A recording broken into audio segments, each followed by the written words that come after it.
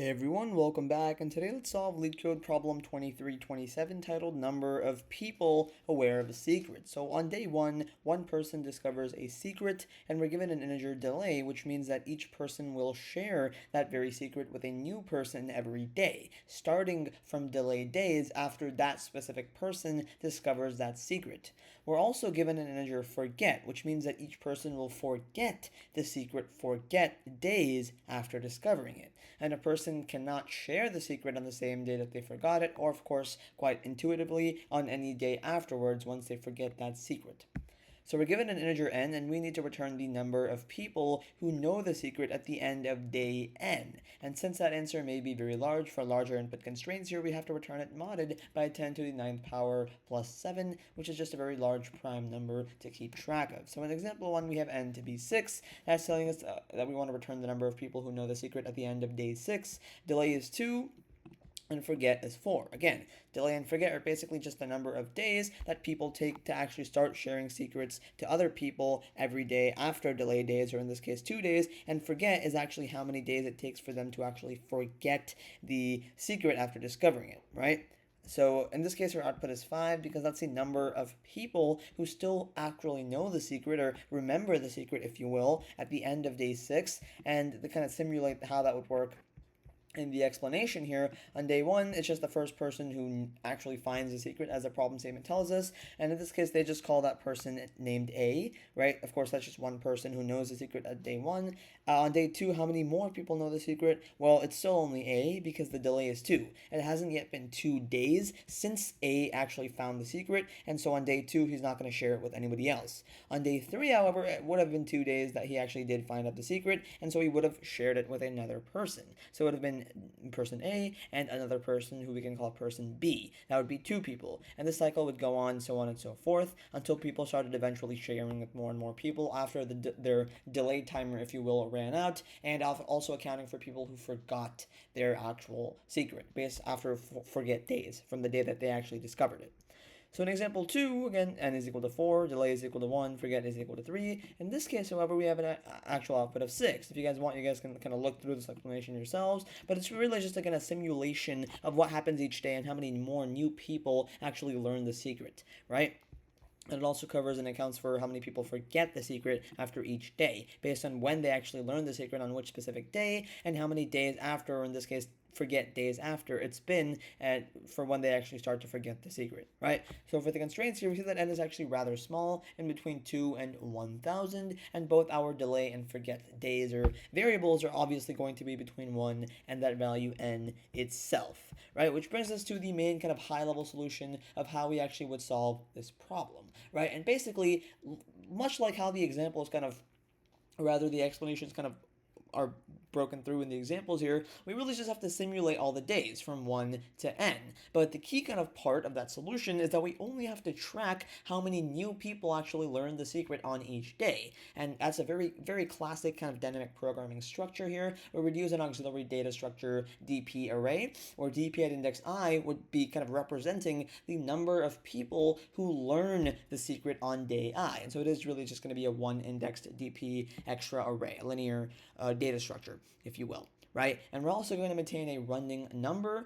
We can call that running number share or whatever, and quite intuitively, share is going to represent the number of people who are actually currently able to share on that day after their delayed days timers are kind of expired, so they can actually get eligible to share delay days after they've actually learned the secret. And effectively, whenever we actually advance a day in our simulation, we have to account for, 2 or 3 different things. The first thing is the people who actually learned that exactly delayed days ago, and they would then become shares, right? Because after exactly delayed days, as the variable is actually defined, people do then become eligible to share the secret to other people. And so we'd have to actually add dp at day minus delay to our share variable, which again keeps track of the number of people who are currently able to share, because that's kind of simulating one extra person who is able to share, right? And people who also learned exactly forget days ago would have to stop being shares, because that's when they actually forget that secret, forget days after they learn it. And so we have to subtract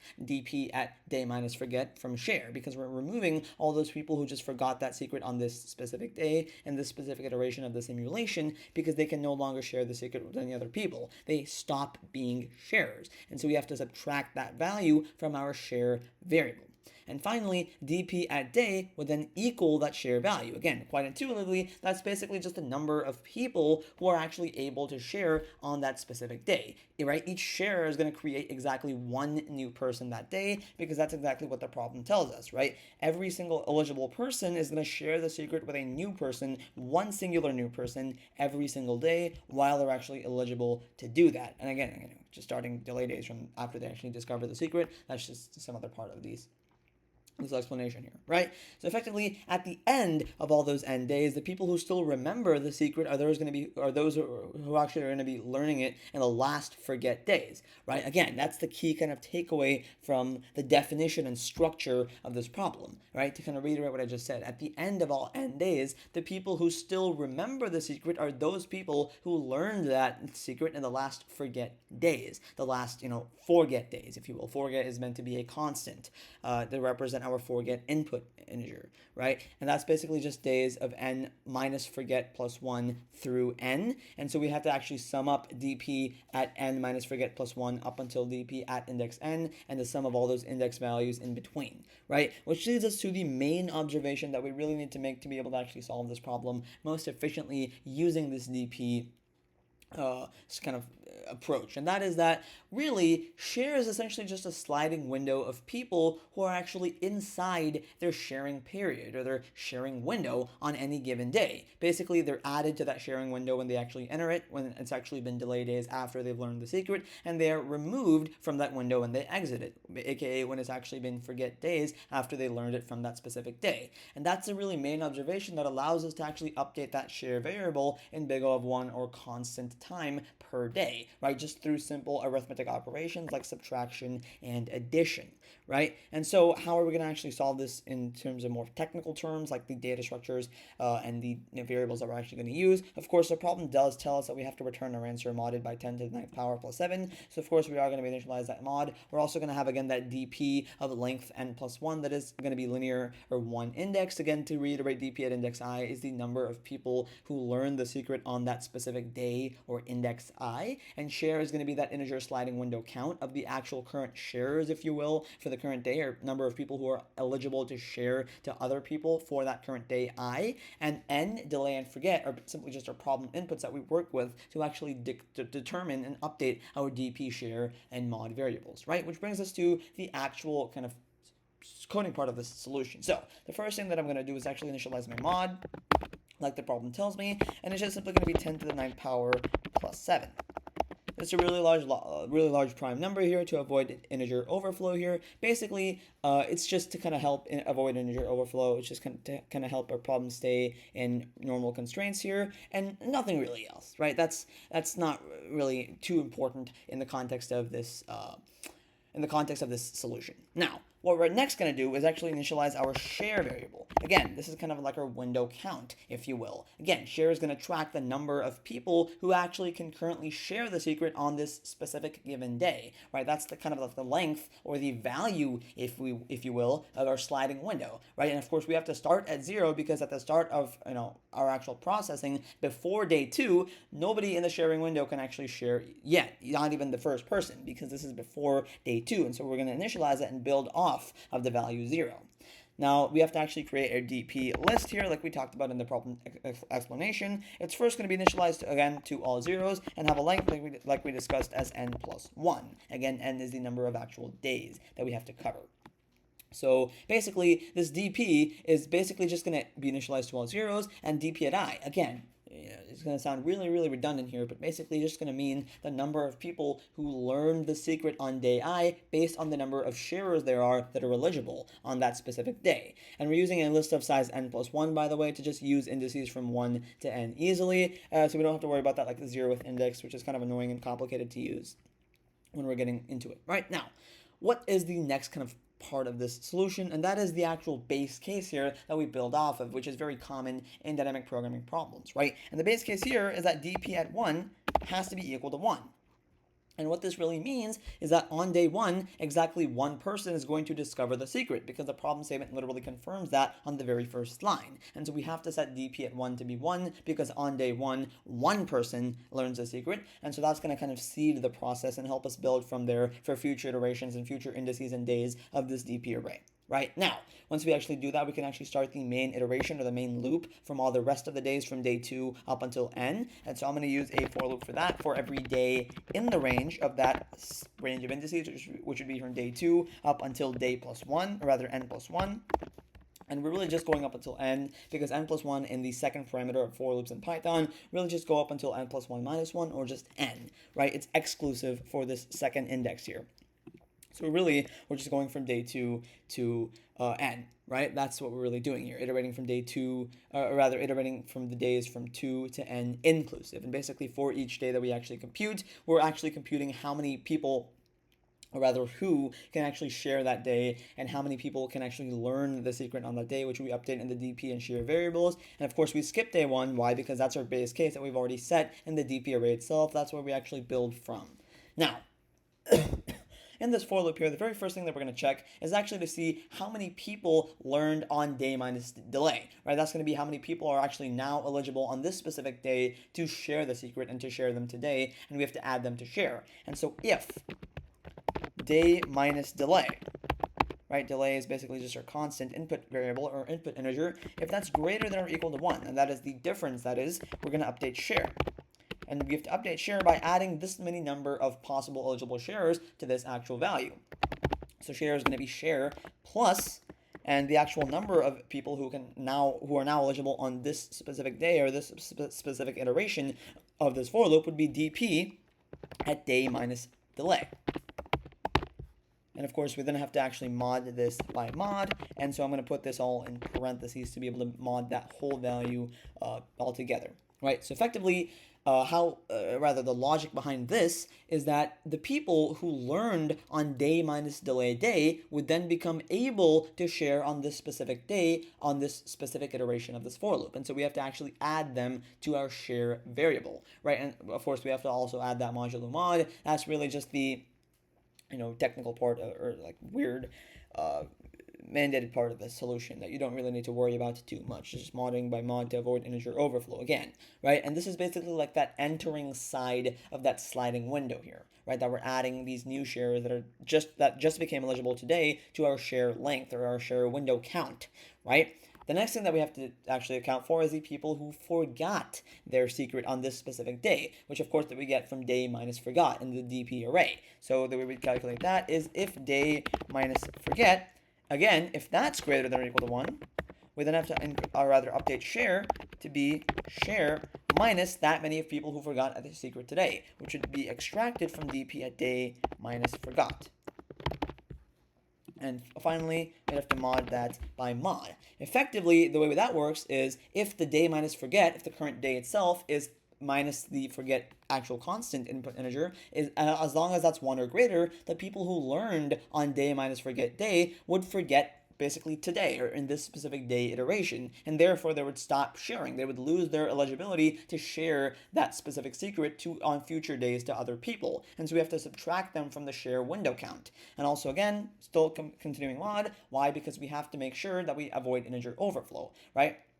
And also this is kind of like the exiting part, or the exiting side of our sliding window. We're removing the uneligible users in this iteration from our window count, right? That's going to be how that works. And finally, we then have to actually update dp at this current day once we account for both of these cases, for the number of people who just learned it and the number of people who just forgot it, and set that to then be shared, whatever it is on this specific day at the end of this specific day. Basically, share is now going to equal the number of people who can share today, and each of them will actually cause exactly one new person to learn the secret today, and so that is actually equal to share, right? Share is also equal to the number of people who will learn the secret, number of new people who will learn the secret today, and so that's what we're going to set as dp at day, because again, it tells us that every person who can share will share to exactly one person, so those values will be equal.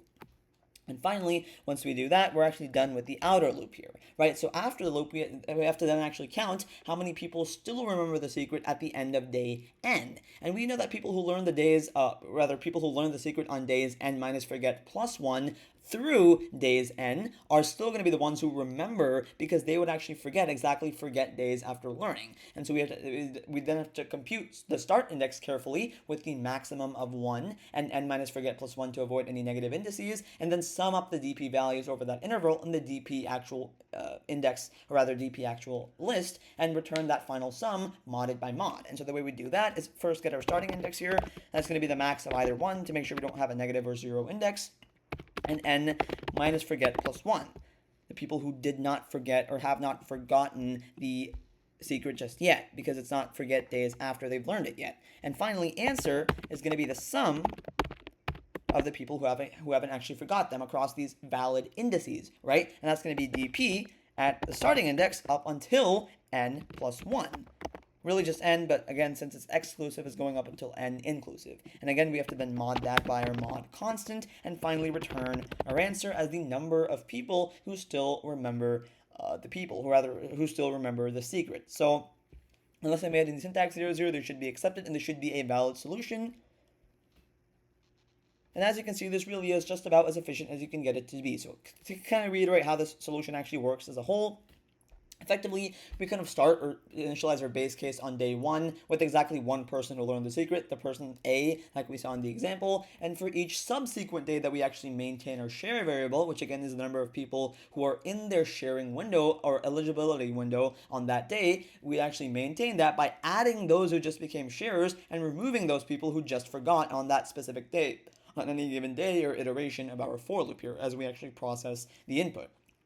And dp at day is always going to be equal to share, because each eligible sharer is going to create exactly one new person for that day, or they're going to share to exactly one new person for that day. And at the end of all those iterations or all those days, we simply just sum up the people who learned the secret in the last forget days, because those would be the people who still remember it at day end, because it wouldn't have been forget days already since they learned the secret from their specific day. And that simulation is of course going to run in linear time. There aren't any nested loops here. It's just a one-line loop, a one-line iteration here, and of course it is also a linear storage system as well, and so it is completely linear, and we do have some constant time updates like these arithmetic operations like share and dp a day, but that's not actually going to impact our runtime complexity, right?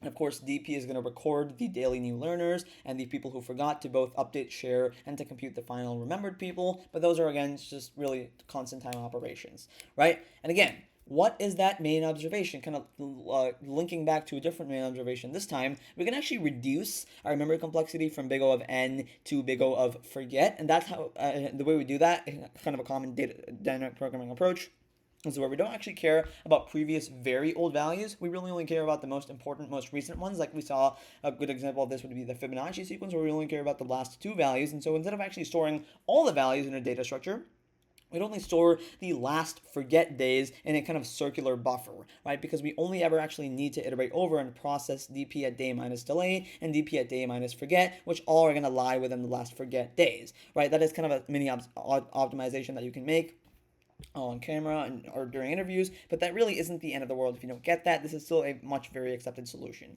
right? Which brings us to the actual complexity of our solution. So for the runtime complexity here, we kind of glossed over this in the high-level overview of the solution as well. It is completely linear because there really just is a single iteration or a single for loop here iterating through all n days, and so it is big O of n, right? We're looping through each day exactly once, and each day does some big O of 1 constant time work, like a couple of arithmetic operations, but that's not going to affect our runtime complexity.